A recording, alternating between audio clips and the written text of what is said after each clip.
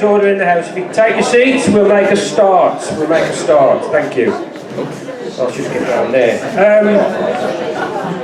Wow, here we are again. Good evening, everyone. Good evening, Stephen Napier. Welcome to this, the latest event celebrating the centenary of Halesowen Athletic and Cycling Club.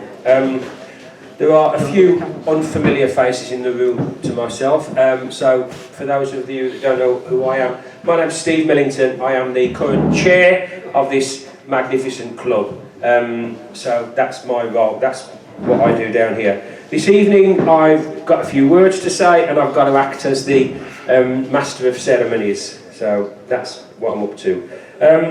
Entitled All Our Yesterdays, our aim this evening is to give an insight into the 100-year history of this club that we all know and love.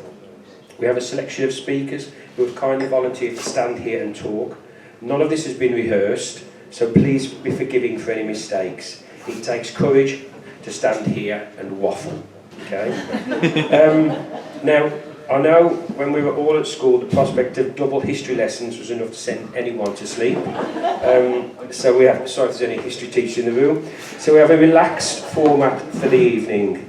At the back of the room there's cheese and wine. Okay, so please help yourself. You want a glass of wine, cheese, knock yourselves out.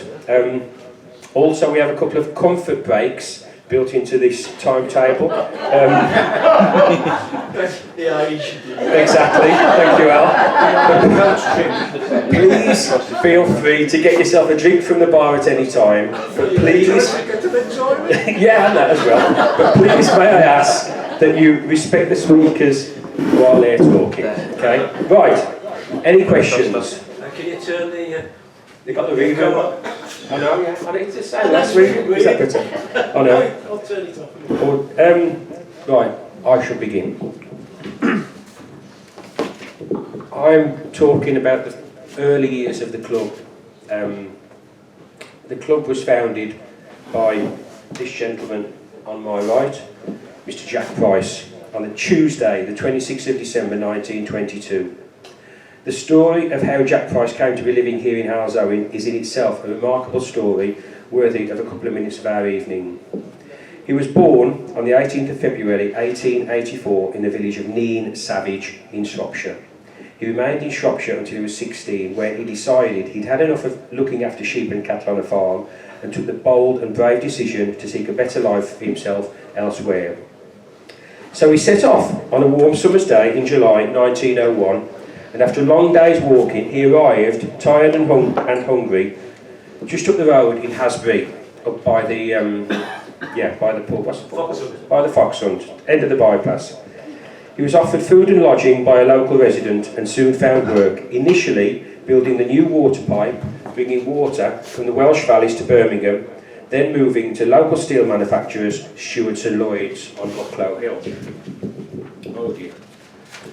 Sorry. Oh, it's all very smooth. It was another 3 years before Jack began his athletic career when, at the invitation of a friend and work colleague, Mr. Malcolm Glaze, he took part in a walking race which started and finished at a pub in Halesowen town centre, which was then known as the Littleton Arms. The race was over a tough, out-and-back 20-mile course to the Landoak pub in Kidderminster. Jack found himself ninth at the halfway stage, some 5 minutes behind the leaders, but timing his walk to perfection and using his natural strength to good effect, particularly up the tough Hagley Hill. He won the race, winning himself a suit of clothes. This success was the first of many, but the real turning point for Jack came in 1906 when he joined Small Heath Harriers. It was not uncommon in those days for clubs to have offshoots, and Small Heath had a branch down in Cradley Heath. Thank you, Alan. Splendid. What do we think of that?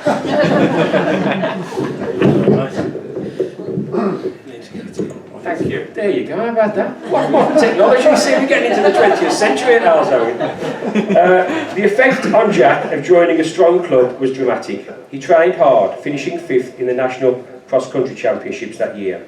In May 1908, he won the Midlands Marathon trial race for the right to compete in the 1908 London Olympics.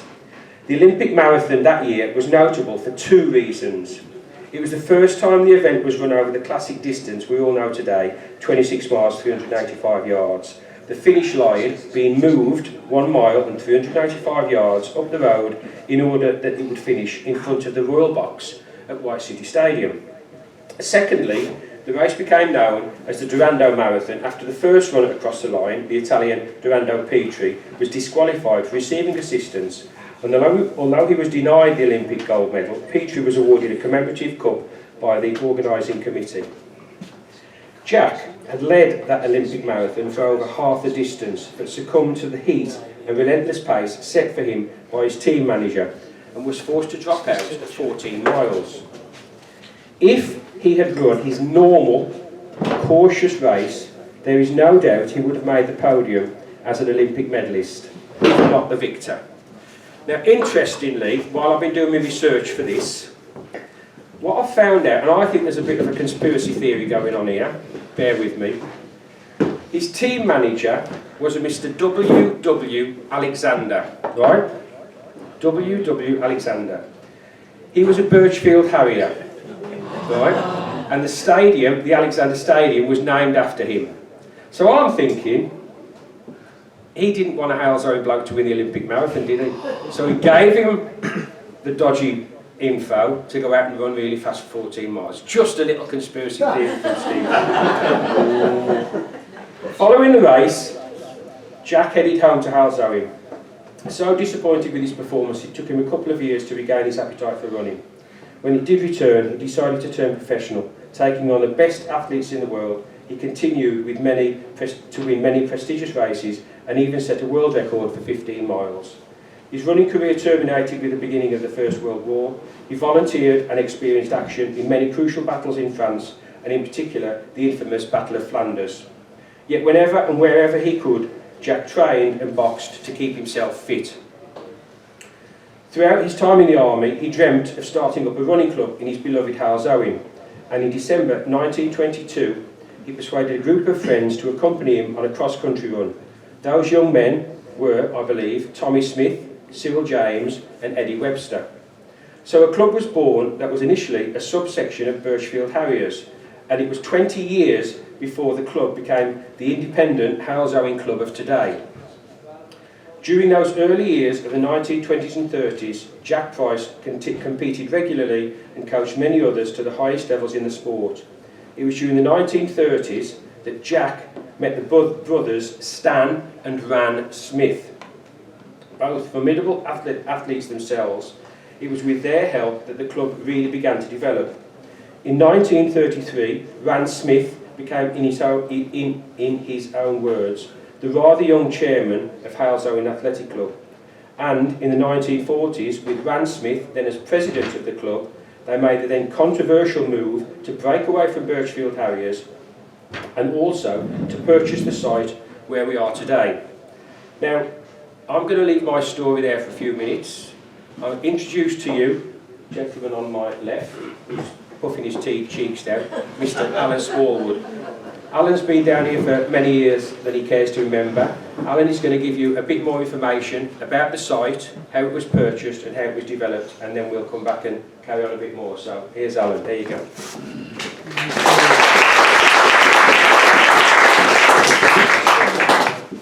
Thanks very much, Steve.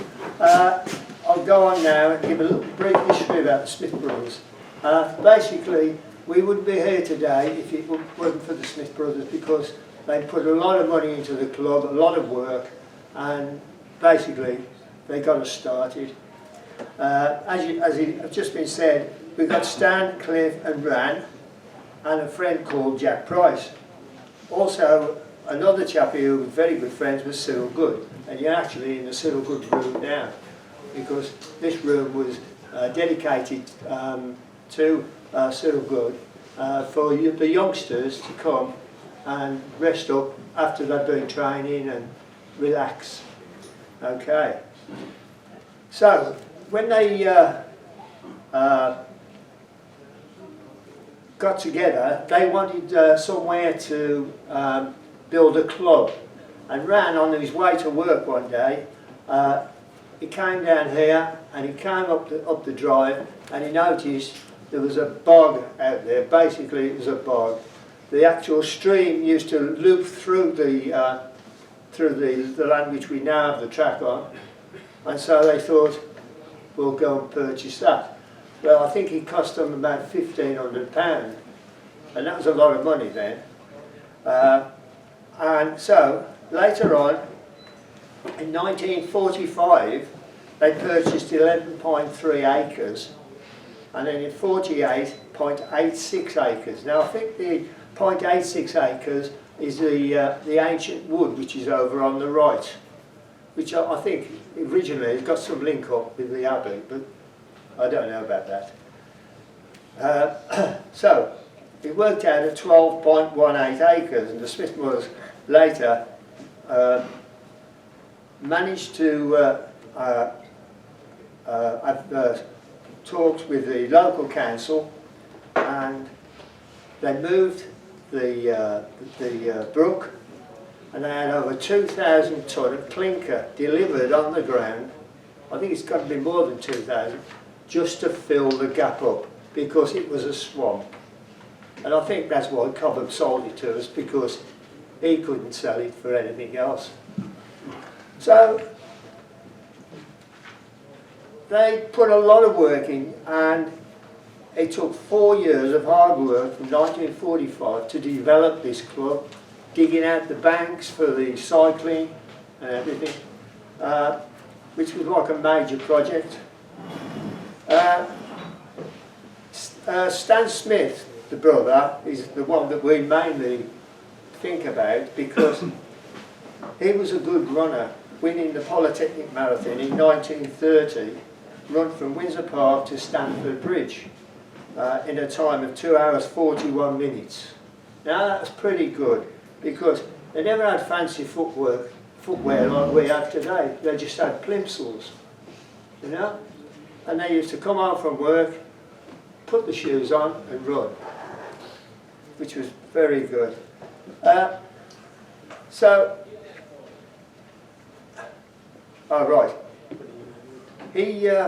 His time was 2 hours 41 minutes, great.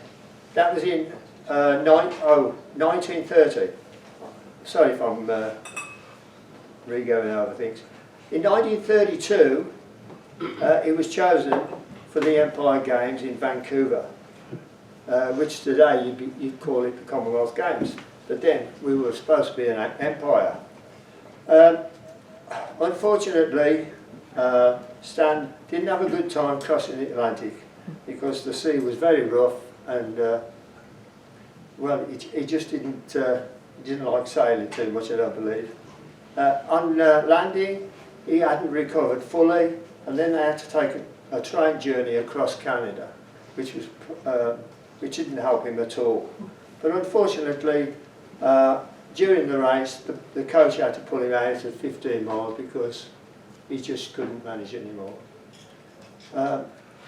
Stan was also a good club member down here, and as Glenn told me the other day, Saturday afternoons he used to turn up here to do a bit of cross country, and he'd lead the runs, help and encourage the youngsters. So that actually we owe a lot to Stan and the Smith brothers. And he had a badge which was put over his hook in the changing room, Stan's peg, and nobody used that at all.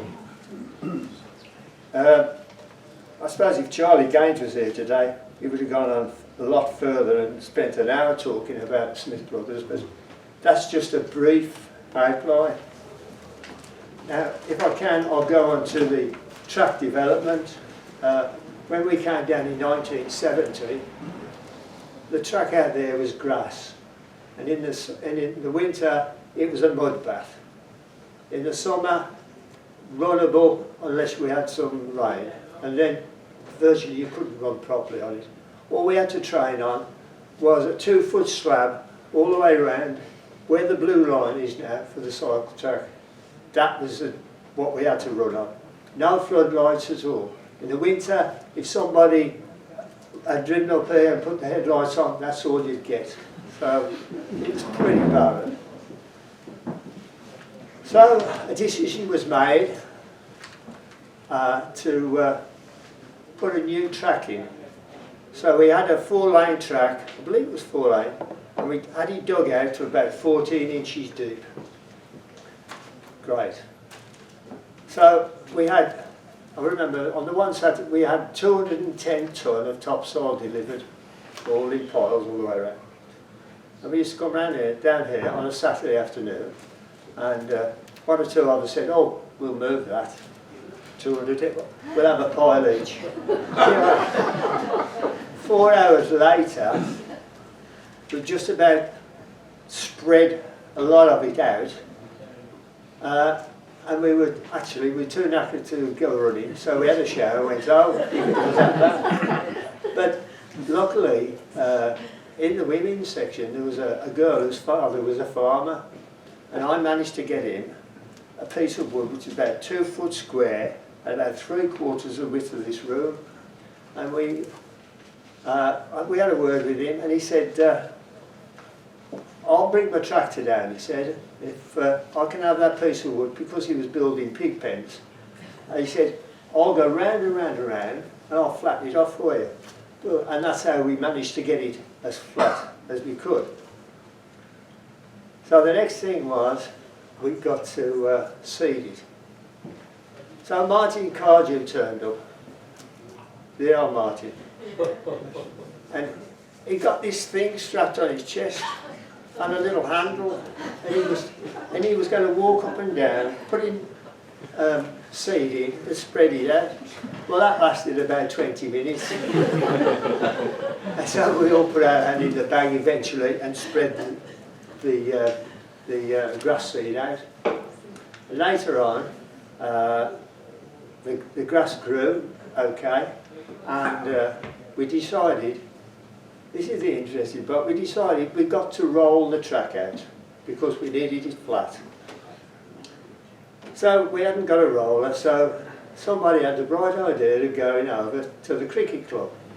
And there they had this monster roller which was about that diameter and about 8 or 9 foot wide with spindles on the side. And then somebody said, oh, I've got some ropes. He said, so about 15 of us went over there one day, put these ropes forward and back on this bloody great roller and dragged it across the road down against the traffic. Sideline. Yeah.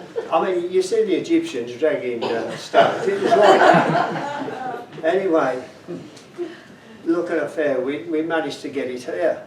And so somebody decided, well, shall we roll the track? So another 2 hours happened. We went round and around. After 2 hours, we'd had enough. And people were thinking about going home. But what happened was, somebody had another bright idea. Let's take it back, because people wouldn't come back again and help us take it back. And this perishing great thing, it was a monster. It really was. Anyway, so all the people who brought it over, they're really tired of this rate. And we took it out onto the main road, up the hill. The traffic had to stop. We weren't stopping. And we managed to drag it up. And there's a lot of cussing and blinding, but we managed to get it back there. But we never used it again. And anyway, and while I'm thinking about this, okay, the grass grew, as it normally does. And Austin Hay managed to get some big mowers, but we got nothing to pull it with. So there was a young chap called Alan Love. He said, I've got a car here. He said, we'll pull it with that. And we said, oh no, you can't. He said, oh, I can. This car was 4 days old. He was a car salesman. Am I right? So we managed to put this gang mower on the back of his car, and he towed it round and round. Really not good sitting on it, by the way. Yeah. Well, round and round we went. Oh yeah, And yes, I didn't see it. Because it kept bouncing up, so that's insane. He only watched Maddie Smart. Anyway, What Scorpio it was? anyway, he came round and this car was plastered in grass.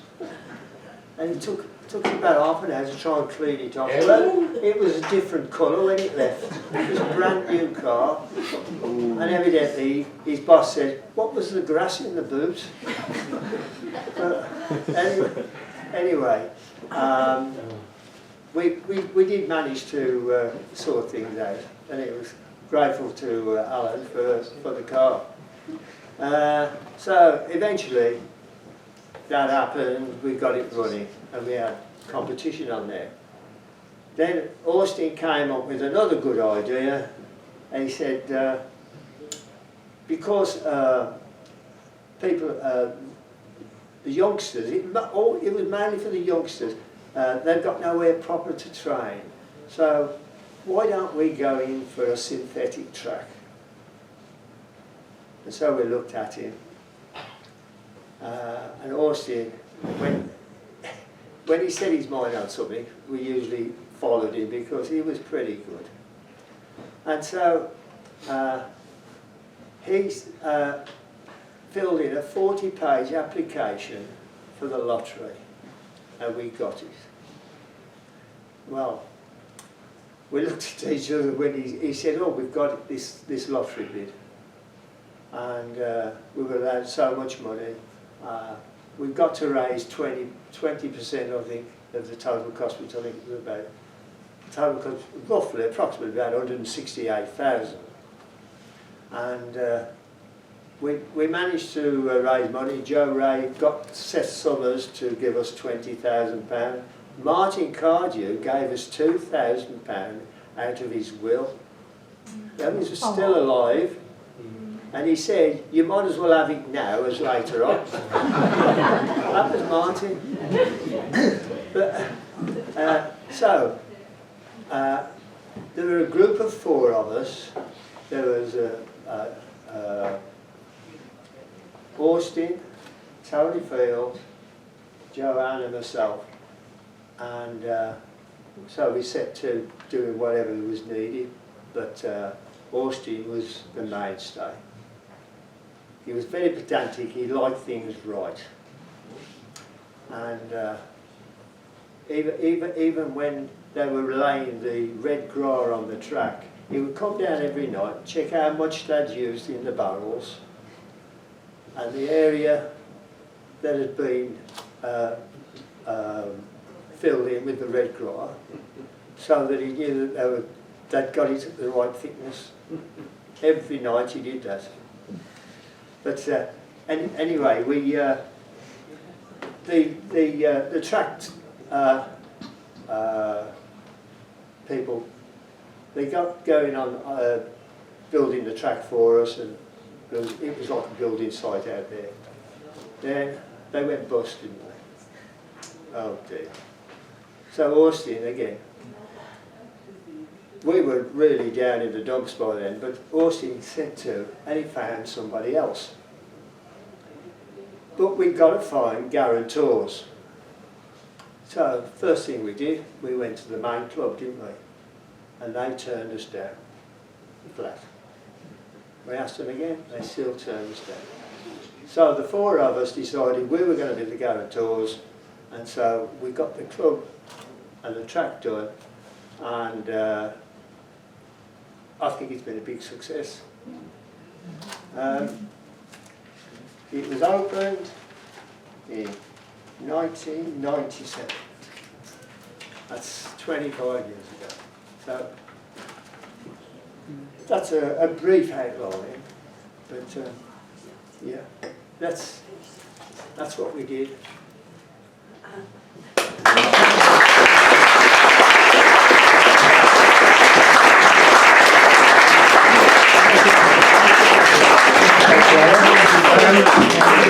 You can't hear me, just shout like I'm using this, but I'm easier using this. The next few minutes, thank you to Alan. That brings us up to date, that's where we are now. We've got the track out there. The club is still very focused on getting enough funds to refurbish that. It's got a life of, funnily enough, about 25 years, so we're not far off replacing the thing. And I'm pleased to report as chairman that I think we will, at some point in the future, be able to do it fairly comfortably. Touch wood. Plastic. Plastic. Wood. Yeah, I'm going to try and now have a quick bring up to date about some of the competition, one in particular that went on here during the 50s and 60s. If I may read you this little bit. By this time the sports, what we have here is the original, what did I use? Multi-sport facility, and it said in this book, which is the Hales Owen story, published in 1955, Jack started an athletic club, a club for working class sportsmen which managed to survive many difficulties and is now established as Hales Owen Athletic and Cycling Club with its own centre, Manor Abbey Sports Ground. 11 acres of marshland have been transformed into a cycle track, cricket pitch and tennis courts. The Abbey ruins and farm making a serene background. Now we're talking about multi-use, okay? Reg Harris has raced here many times, and even Randolph Turpin came in July 1951 during his brief spell as boxing middleweight champion of the world. The goods line from Hales Owen to Huntington, which overlooks the ground down there, and as Randy the Champ sparred in the ring, a train drew up and remained stationary while the engine driver and fireman watched the performance. You can just see this sort of going on, can't you? So that's that. When we first started talking about doing this evening, I'll be honest, I was going, what the bloody hell are we going to talk about? What on earth are we going to talk about? And then things happen as if by magic, and a guy called Paul Priestley, who was involved with the club for quite some time, a few years ago, contacted myself and Andy Knock at the back there, and he said, I've got a cup here, I don't know whether you want it, but it belongs to you, and it's this magnificent piece of silverware here. What? Yeah? Sorry, it's all right, who told me that? Yeah. Now, I'm like going, oh, that's a blimey. He brought it into the room, and I don't know if you can all see it. There you go. It's called the, where is it? The Sahari Vincent Memorial Cup. Toffee bloke. Toffee bloke, yeah. Now, for my sins, I've been silversmithing in Birmingham for 40 odd years, so I know a bit about this stuff. It was made in, or it's hallmarked in 1932 in Birmingham. It was manufactured by a company called F.C. Richards. There were Birmingham silversmiths between 1923 and 1937. It weighs 3 kilo. Okay? 3 kilo. The scrap value is about 1,500 quid. It really should be insured for about £20,000 because if it got lost, you had to replace it. So it's a prestigious thing. It was originally set up as an inter-club athletics competition down here on the track. The first event took place in 1955. So quite where the cup had been from 1932 to 1955, I don't know. It was presented by Eric Vincent, and he was the son of Harry Vincent, and the Vincent family owned and ran the Bluebird Toffee Factory up the road there, just a mile from where we are now. So that's where this all sort of comes into play. Now, Andy and I were talking about this, and we said, well, where's that come from then? You know, what's this all about? Where's this trophy come from? Now, Andy phoned me up and he said, I've found some information which is fascinating really, and he's quite right, it is. And on the website for Tipton Harriers we found an account from a gentleman called Roy Langford, who actually competed in the very first meeting for this trophy down there in 1955. Yesterday I spoke to the guy. Right? I had a 20-minute chat with him, which was lovely, I have to say. I tried to get him down here tonight, but he said, no, I've got to go to, funnily enough, a ukulele night. Bloody hell. Yeah, exactly. Right? So, if you don't mind, to try and give you a little bit of an insight into what life was like back then, very different from now, this is some of his account of that day. The 6th annual August sports meeting was to become something rather special in the history of Halzo in ANCC, because it was to be the first introduction of the Sahari Vincent Memorial Cup, an inter-club event with the winners holding the cup for 12 months. Okay? The cup was presented by Mr. Eric Vincent, one of the sponsors of the meeting, who owns the Bluebird Toffee Factory in Huntington, about a mile from the sports stadium. It was hoped in the foreseeable future that an athletic programme of international class would be built around it. But for this particular day, we would have to make do with such teams as Coventry Godiva Harriers, Wolverhampton Harriers, Birchfield, Smallheath and Tipton Harriers. This is where it starts to get a bit more interesting. This is the guy's, his recollection of the day. My recollection of that day, on Saturday the 6th of August 1955, was of walking to Dudley, carrying my sports holdall with an extremely heavy, which was extremely heavy due to the fact inside was my first set of metal starting blocks I had purchased the previous week from Jimmy Mullen's shop in Wolverhampton. Something I was already regretting with the weight of them. Where are we? Sorry. When Jim Bedford, our club official, gave me the news that I was representing the club at Halzowen, I never thought to ask him the location of the sports ground.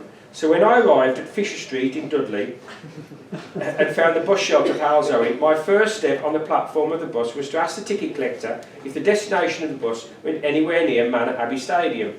He said yes, but the nearest drop-off point was the top of Manor Lane, about a 20-minute walk to the stadium. So this is up the top there. Soon my journey came to an end at Manor Lane, with a mass exodus of bus passengers. Greeting us on the grass verge was a large poster advertising the sports meeting, with an arrow pointing down the lane in the direction we should follow to Manor Abbey. The lane was very narrow, with only enough room for 2 cars to pass one another.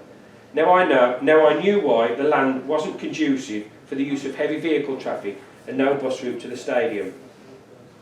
The tranquil country setting, with fields and hedgerows on either side of the road, took the steady procession of people of all ages, interlaced with many cyclists and cars carrying bicycles on their roof racks, and some strapped on the back of the car boots, all going in one forward direction to Manor Abbey. As I arrived at the gated entrance to the sports ground, the programme sellers were soon upon me, and the rest of the crowd in a flash. I didn't have to pay an entrance fee because I was a competitor. I opened up my programme before going a step further because I wanted to see my name printed in the programme for the first time. And to my dismay, this is typical Halzowen, they had entered my name as J. Langford instead of R. Langford. With that disappointment over, I stepped forward. Before me, in a hollow, stood the stadium. An awesome sight, like a Roman gladiatorial arena, with its steep, banked tarmac cycling track and the lush green turf of the 6-lane running track. The elevated seating accommodation which surrounded the whole stadium. There were already hundreds of spectators staking claim to their seats all around the ground. Also, quite a few marquees and tents were in place on the grass embankments for the use of the athletes and cyclists. In the left corner of the sports ground was Halzowen Club's headquarters and changing room complex and for club members and competitors, and that's where I made my way with the time